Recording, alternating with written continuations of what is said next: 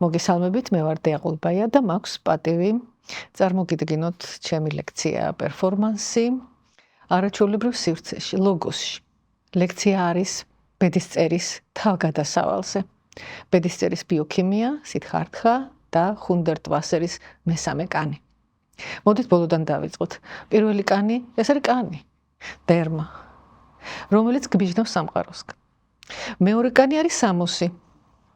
ხუნდერტ ვასერი ამბობდა, რომ ერთფეროვანი სამოსით სიარული ავადმყოფობას იწვევს და ერთხელ თავის გამოფენაზე სრულიად შიშველი წარსდგა მაყურებლის წინაშე. ეს იყო შოკი 70-იან წლების გერმანია.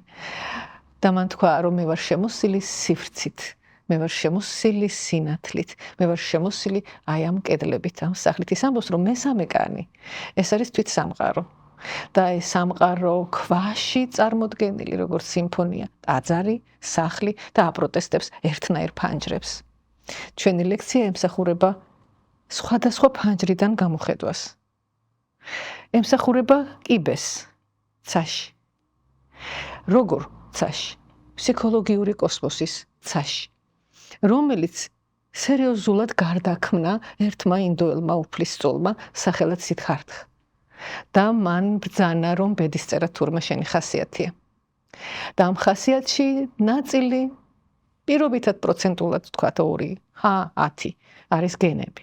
დანარჩენი გენების ექსპრესიის მართვა, ეპიგენეტიკა, ანუ გარემოს ზემოქმედება. ეს სიტყვები სითხართხას არ უთქვამს. ეს მერე დაამტკიცა გენეტიკამ და ნეიროფიზიოლოგიამ.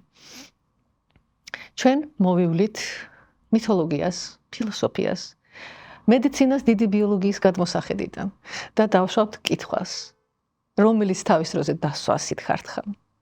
რა არის ტანჯვის მიზეზი? თურმე მიჯაჭვულობა, ადიქცია, როდესაც ჩაჭიდებული ხარ იმაზე, რაც უნდა გაუშვო.